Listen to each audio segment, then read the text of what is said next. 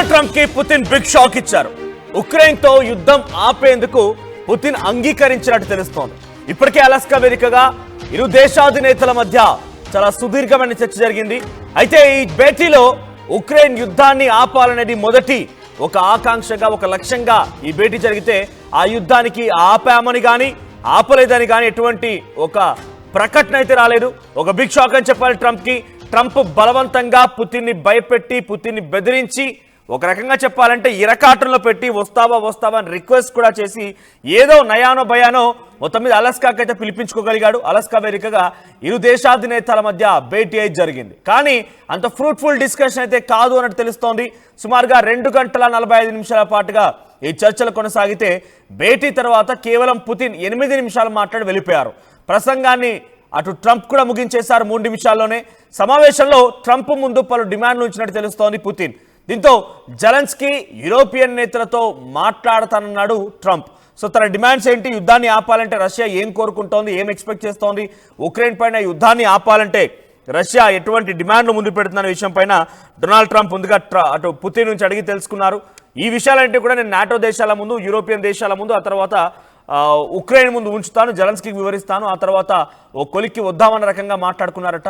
So మరోసారి Moscow వేదికగా కలుద్దామని చెప్పి షేక్ హ్యాండ్ ఇచ్చి అక్కడి నుంచి గుడ్ బై చెప్పి వెళ్ళిపోయారు పుతిన్. సో ఏం డిమాండ్లు ఏమై ఉండొచ్చని మనం కొంత విశ్లేషిస్తే కనుక, ముందుగా సోవియట్ యూనియన్లో ఉన్నటువంటి ఒక భాగమే ఉక్రెయిన్ ఇప్పుడు ప్రత్యేక దేశంగా మాట్లాడుకుంటున్నాం. కానీ ఒకప్పుడు సోవియట్ యూనియన్ ఉన్నటువంటి దేశమే ఉక్రెయిన్. సో అంతర్గతంగా ఆ 2 దేశాలకి, సోవియట్ యూనియన్ అండ్ రష్యాకి మధ్య, ఉక్రెయిన్ రష్యాకి మధ్య యుద్ధం జరిగిన తర్వాతే అది యుక్రెయిన్ రష్యాగా విడిపోయాయి. ఇంకొన్ని 1-2 చిన్న చిత్తగా దేశాలు కూడా ఉన్నాయి సోవియట్ యూనియన్లో. సో ఈ నేపథ్యంలో ఇప్పుడు ఉక్రెయిన్ రష్యా మధ్య ప్రధానంగా వార్ గల కారణం ఏంటంటే ఉక్రెయిన్ నాటో దేశాల్లో కలుస్తానంటోంది. నార్త్ అట్లాంటిక్ ట్రిటీ ఆర్గనైజేషన్లో కలుస్తానని చెప్తోంది. యూరోపియన్ నేషన్స్ జత కడతాను, బ్రిటన్తో వీటితో కలిసి ఉంటానని చెప్తోంది, తన సమీప దేశం వాటితో. సో ఇప్పుడు అలా కలిసి ఉండడం వల్ల రష్యాకు వచ్చేటువంటి ఇబ్బంది ఏంటి అంటే కనుక, రష్యాకి సముద్ర మార్గం ఉంది, కానీ అత్యధికంగా ద బిగ్గెస్ట్ సముద్ర మార్గం ఉంది ఏంటంటే ఉక్రెయిన్కి సమీపంగా ఉన్నటువంటి ఆ సముద్ర హార్బర్నే రష్యా వినియోగించుకుంటుంది. సో కీవ్ లాంటి ప్రాంతాన్ని రష్యా అత్యధికంగా ఉపయోగిస్తూ ఉంటుంది.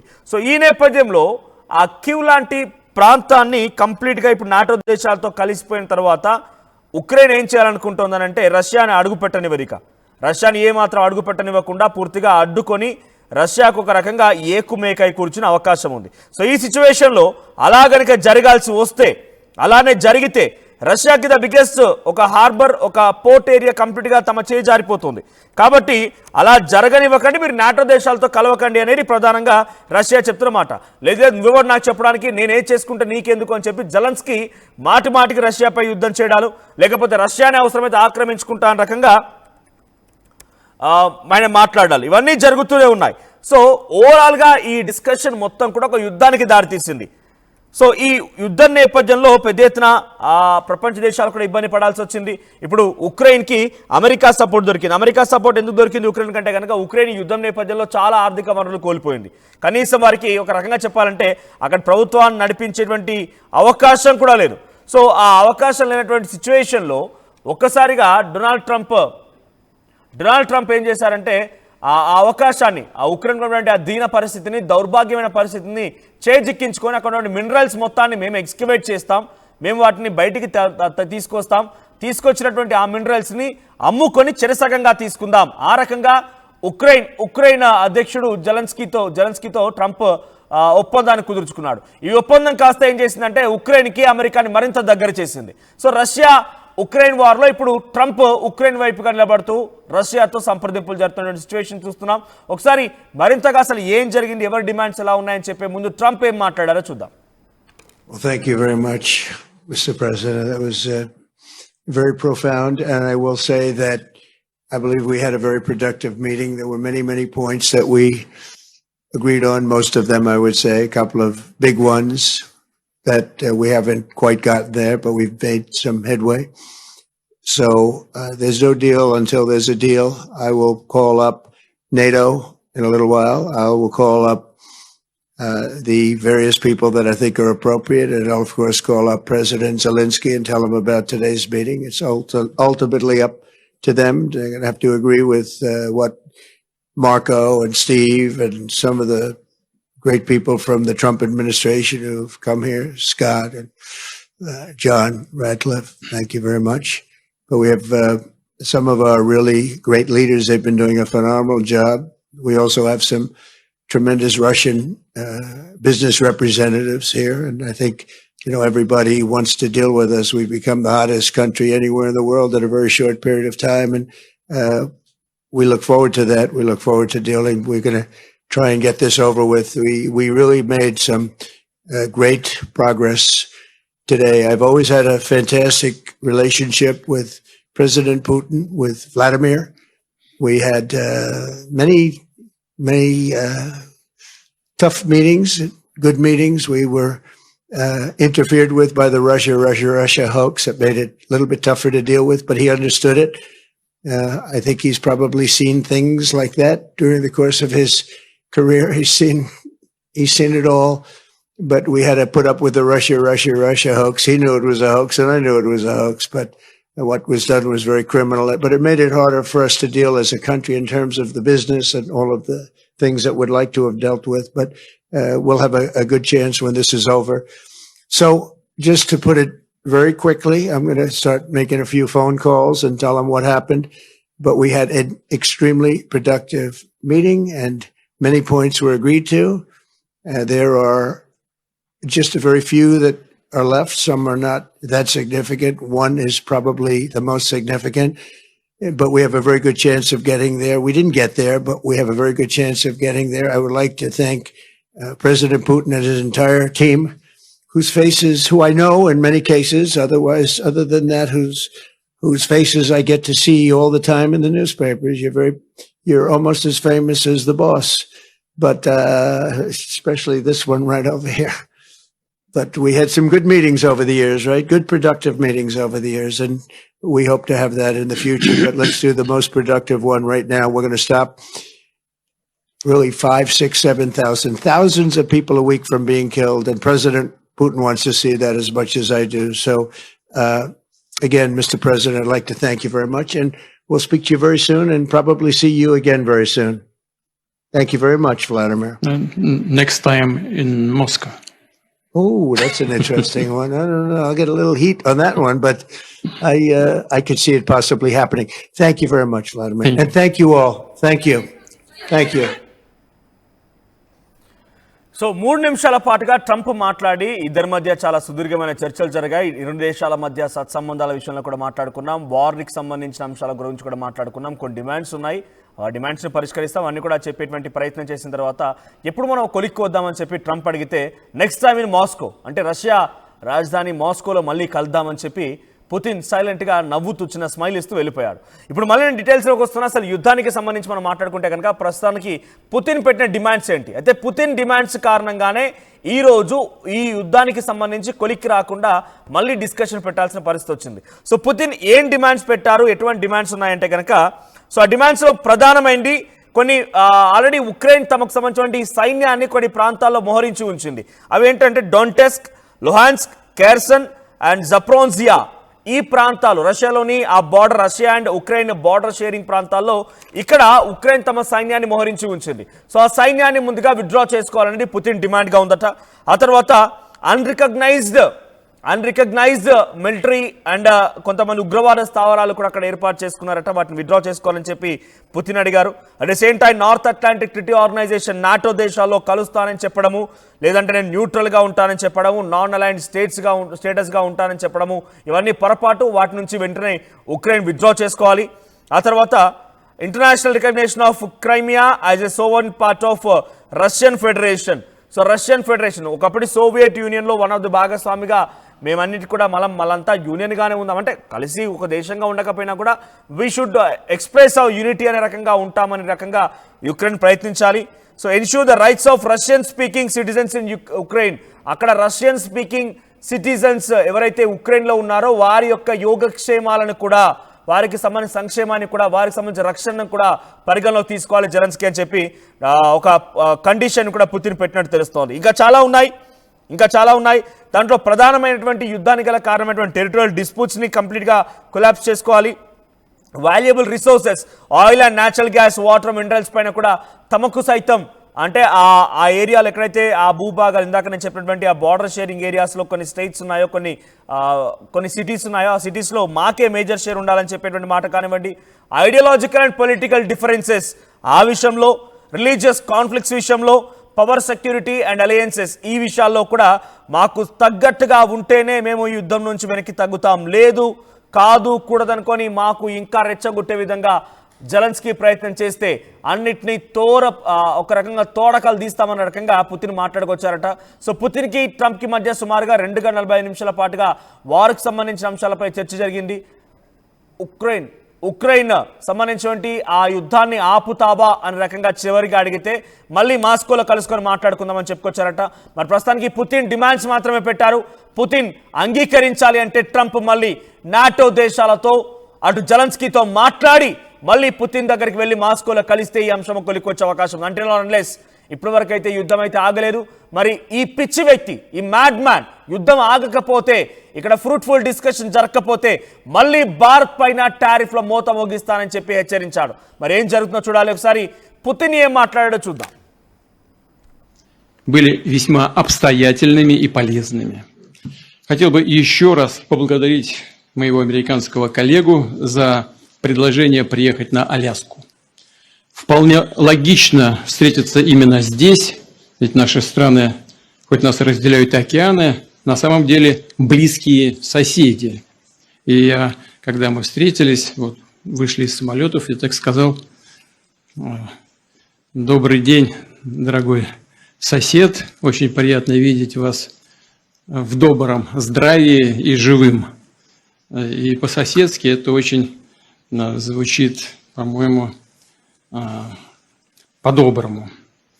Нас разделяет только Берингов пролив, да и то, там 2 острова, между российским и американским островом всего 4 километра. Мы близкие соседи, это факт.